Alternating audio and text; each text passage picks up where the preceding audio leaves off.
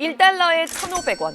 이게 정말 우리 돈의 새 기준점일까요? 원달러 환율의 심리적 마지노선으로 여겨졌던 달러당 1,500원 선이 지속적으로 허물어지고 있습니다. 17년 전 금융위기 때도요. 1달러에 1,500원으로 외환시장 거래를 마감한 날은 딱 14일에 그쳤습니다. 그런데 17년 만에 처음으로 달러당 1,500원의 주간장을 마친 올해 3월 19일 이후로 1,500원 위에서 주간장을 마감한 날이 이번 주로 20일째를 돌파했습니다. 원화는 엔화에 묶이기 마련이고 지금 엔화의 기록적인 약세가 이어지고 있는 영향이 크다는 해석도 거듭 나오는데요. 분명히 그런 측면도 있습니다. 하지만 최근 몇 년간 일본 다녀오신 많은 분들 중에 이 말에 동의하기 어려운 분들도 있을 겁니다. 2년 전에는 진짜 엔화를 싸게 바꿔서 내가 일본 여행을 다녀왔는데 요샌 엔화도 비싸던데? 2년 전에 지금처럼 엔화가 1달러당 160엔 근처까지 치솟았을 때는 100엔을 860원대에 사서 일본에 다녀올 수 있었습니다. 지금은 940원은 줘야 합니다. 요즘 원화는 엔화에 대비해서도 눈에 띄게 약해져 있다는 얘기입니다. 매달 무려 800억 달러어치 넘는 수출 실적을 올리면서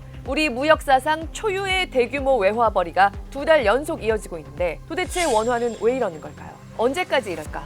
올해 내내 이 모습일까? 지금 가장 궁금한 경제 이슈를 똑소리나게 짚어드리는 똑소리 2 권혜리 기자입니다. And we're watching the Korean won, which still a little bit weak against the US dollar past that 1500 level. 우리 돈 원화의 가치, 장기적으로는 어떤 추세에 놓여 있고 단기적으로는 어떤 대접을 받고 있을까? 먼저 단기적으로 받는 대접을 보면요. 확실히 제값은 못 받고 있는 좀 억울한 상태다. 요즘 원과 달러가 거래되는 외환시장의 미스터리는 이겁니다. 달러를 빌려 쓰는 건 작년보다 쉬워졌습니다.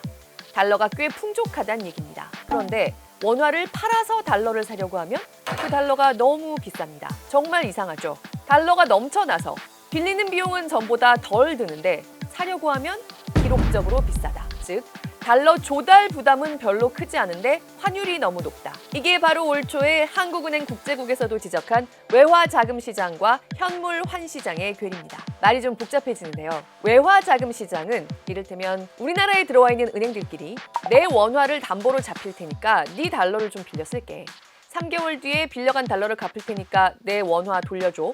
이런 거래가 일어나는 곳입니다. 그런데 이 시장에서 지금 달러를 제공하는 쪽들이 그렇게 고자세는 아닙니다. 보통 원화를 담보로 기축통화, 대표 통화인 달러를 빌리려면 그래도 이자를 좀 얹어줘야 하거든요. 달러와 원화 사이에 이른바 금리 역전 상태로 인해서 생기는 비용 부담, 즉 은행권에 비유하자면 1금융권 초대형 은행이나 마찬가지인 미국이 지금 우량저축은행급인 우리나라보다 이자도 더 많이 주는 상태인 점 때문에 우리가 달러를 빌리면서 치러야 하는 비용은 따로 빼고 계산해도요. 그래도 달러인데 원화를 맡기고 빌려가겠다면 돈 좀 더 줘야지. 이 좀 더 줘야 하는 돈, 달러의 가산금리가 4월 기준으로 일평균 0.02%포인트 정도밖에 되지 않습니다. 1년 전보다 무려 0.44%포인트나 떨어진 거고요.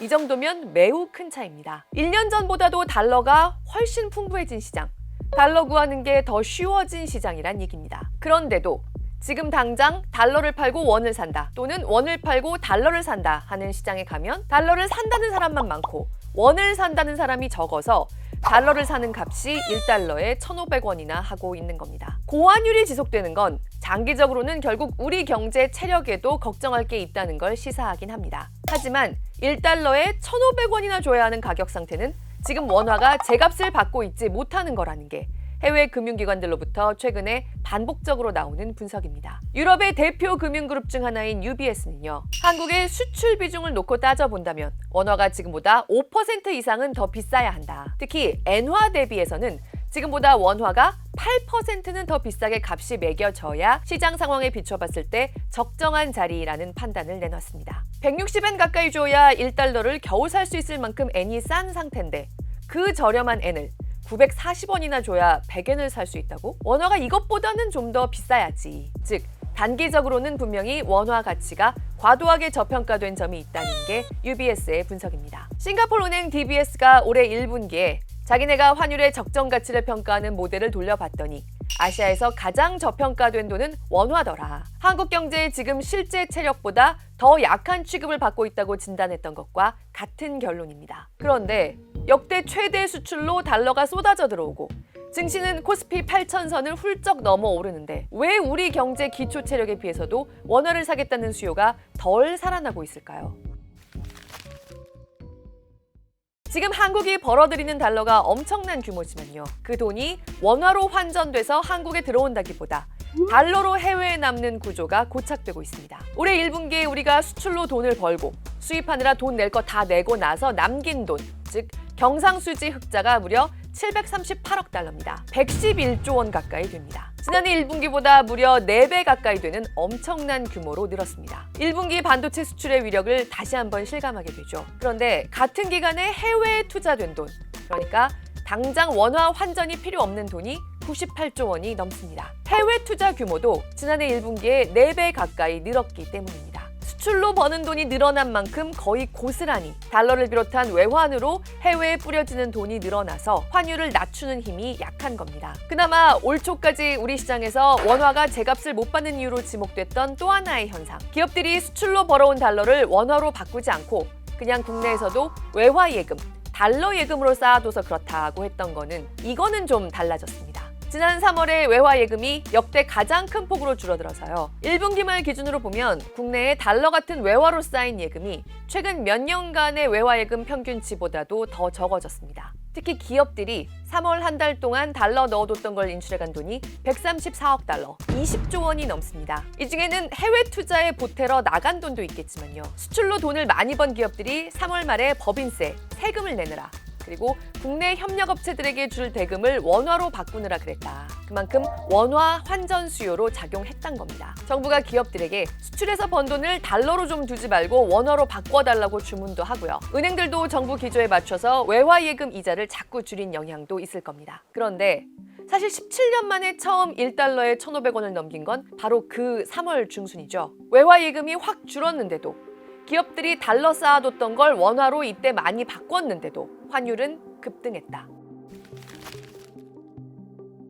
그만큼 3월의 환율에는 이란 전쟁의 그림자가 짙었습니다. 원화 같은 이른바 위험 자산에 속하는 통화의 매력은 떨어지고 모두 달러 앞에 줄을 섰습니다. 특히 우리는 이란 전쟁이 길어지면 가장 큰 피해를 입을 걸로 꼽혀온 나라죠. 일본도 우리만큼 중동산 에너지 의존도가 높지만 그래도 엔화는 이런 위기 상황이 닥치면 넓은 범위에서 안전자산 그룹에 들어가고요. 원화는 아직 위험자산 그룹에 속합니다. 시장이 위기를 감지하는 상황이 되면 원화가 엔화보다 더 불리한 돈인 겁니다. 3월 한 달간 외국인은 올해 급등세를 이어온 우리 증시와 채권 시장에서 바짝 벌어들인 돈을 55조 원이나 챙겨서 나갔습니다. 증시뿐만 아니라 채권 시장에서도 10조 원 넘게 빼갔다는 게 의미심장합니다. 사실 2월에도 외국인이 우리 증시에서 엄청난 규모로 팔았는데요. 그 돈을 다 달러로 갖고 나갔던 게 아니라 원화로 재투자, 한국 채권의 투자를 크게 늘리는 모양새가 됐었거든요. 그런데 3월에는 증시고 채권이고 한국은 팔자, 달러로 가자는 위기의식이 팽배했다는 겁니다. 반도체 수출이 이만큼 늘지 않았으면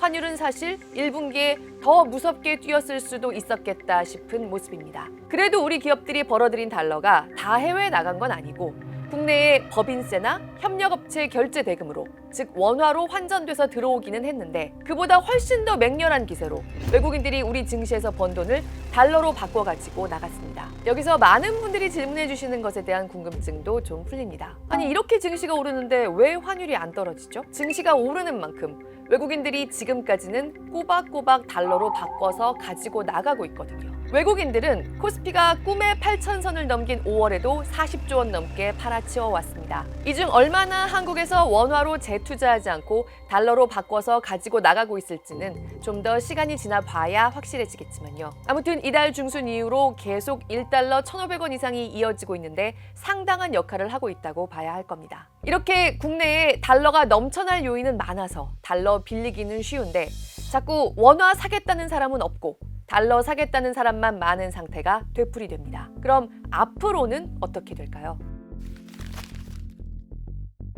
목요일 오전에 나온 한국은행 금융통화위원회 결과가 의미심장했습니다. 일단 기준금리를 동결했지만 올해 우리도 금리를 올리지 않을 수 없을 것이다. 금리 인하 사이클의 종결 정도가 아니라 금리 인상기를 예고한 겁니다. 물가를 보나 성장을 보나 환율을 보나 부동산을 보나 갈 길이 비교적 명확합니다. 그래서 기준금리를 앞으로 상승함으로써 이런 여러 가지 요소를 다 일관성 있게 관리를 하는 그런 기획이 될 것 같고요. 경기 침체가 걱정되고 물가도 안 오를 것 같으면 금리를 올리지 말아야죠. 하지만 이미 물가가 들썩이기 시작했고 반도체 슈퍼사이클로 인해서 올해 전쟁으로 인한 경기 침체 걱정은 사실상 끝났다는 겁니다. 정말 걱정되는 요인인 K자 성장, 그러니까 반도체의 몸집만 비대해지는 상황에 대해서 지금 우려가 크기는 해도 숫자상으로는 더 이상 경기 침체 때문에 금리를 올릴 수 없다는 얘기는 할 수 없게 됐습니다. 사실 금리 인상 사이클의 시작이냐 아니냐는 지금 전 세계적인 문제입니다. 이달 중순에 1달러 1,500원을 다시 넘어서기 시작한 또 하나의 핵심 요인은 미국과 일본의 국채금리 이상 급등세였습니다. 이란 전쟁이 길어질 것 같다. 그러면 인플레를, 물가 급등을 피할 수가 없겠네. 미국은 물론이고 그렇게 물가가 안 오른다는 일본도 도매 물가부터 급등하기 시작하네. 인플레가 뻔한데 어떻게 금리를 낮추겠느냐. 이런 심리 속에서 시장 금리가 먼저 이상 급등하고 본들이 또 달러 앞에 줄을 섰습니다. 강달러가 나타나면서 1달러 1,500원 이상으로 재진입하는 모습이 나온 거죠. 여기서부터는 사실 이란 전쟁이 어떻게 되느냐가 큽니다. 협상이 길어지고 있지만 이대로 미국과 이란이 종전 협상을 이뤄내면 물가 걱정은 전 세계적으로 크게 낮아질 겁니다. 그러면 이달 중순 이후로 팽배했던 미국과 일본의 금리 인상 리스크가 줄어들면서 다시 원화 같은 위험 자산 쪽의 매력이 커집니다. 원화에 좀 더 힘이 실릴 수 있다는 거죠. 한국은행은 이런 환경을 인지한 상태에서도 금리 인상 가능성이 크다는 걸 천명했습니다. 그만큼 올해 우리에게는 한국만의 이유가 있다. 올해 반도체 경기가 그만큼 뜨겁다. 신현송 총재는 삼성전자의 성과급 상승이 물가 상승 압력으로 작용할 거라고 개별 기업을 콕 짚어서 언급하기까지 했습니다. 임금이 더 구매력 증가를 통해 가지고 수요를 더 증가시키면은 거기에 대한 또 이제 물가 압력도 생기겠고, 그래서 이거는 저희가 아주 면밀히 살펴볼 거고요. 물론 노사 간에 이제 이렇게 합의를 하는 건 중요하지만은 또 한국은 워낙 이 양극화가 큰 문제니까 양극화를 더 심화시키지 않는 범위 내에서 하면은 가장 바람직하다고 이렇게 말씀드리겠습니다. 만일 하반기에 기준금리를 올린다면 그만큼 원화가 좀 더 강해지는 계기로 작용할 가능성이 크지만 좀 더 지켜볼 필요도 있긴 합니다. 기준금리는 지금 그대로여도 시장금리가 이미 한국도 많이 올라서요. 기준금리 인상 효과가 그렇게 클지 미지수라는 분석도 벌써 나오고 있습니다. 그래도 반도체 경기가 이대로 뜨겁게 이어지고요. 지금 우리 증시의 상승세를 반영해서 MSCI를 비롯해서 세계 곳곳에서 한국의 비중을 재평가하는 움직임이 올해 계속 이어진다.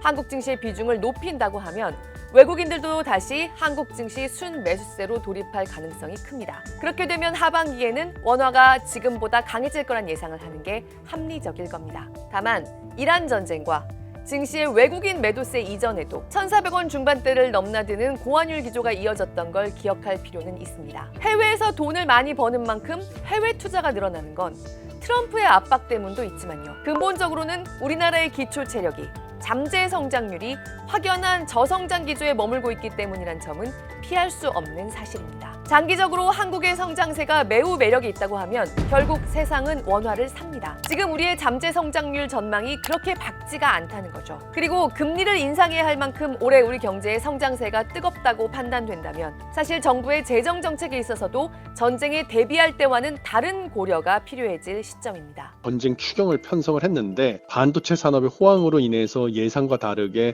경기 침체의 위험성은 없어지고 인플레이션에 대한 우려가 커진 상황입니다. 그런데 전쟁 추경을 집행을 하게 되면 오히려 물가 상승 압력을 더 키울 수가 있어가지고 가능하면 초과 세수 같은 경우는 나랏빚을 갚는데 사용을 하고 불가피하게 피해를 보는 취약계층에 한해서만 지원을 해줄 필요가 있다. 한 가지는 분명합니다. 이 정도로 달러가 비싸진 걸 네오노멀로 받아들여야 한다고 여유를 가지고 말할 수 있는 한국인은요. 최소한 단 얼마라도 달러 투자를 할 수 있는 사람들입니다. 1달러 1,500원 수준의 고환율은 어떻게 봐도 우리나라처럼 모든 비용이 수입 물가와 직결된 나라에선 자산이 없는 사람, 덜 가진 사람일수록 고통으로 직결되는 문제일 수밖에 없습니다. 올해 똑소리 2에서 우리 돈의 가치 계속 면밀하게 짚어보겠습니다.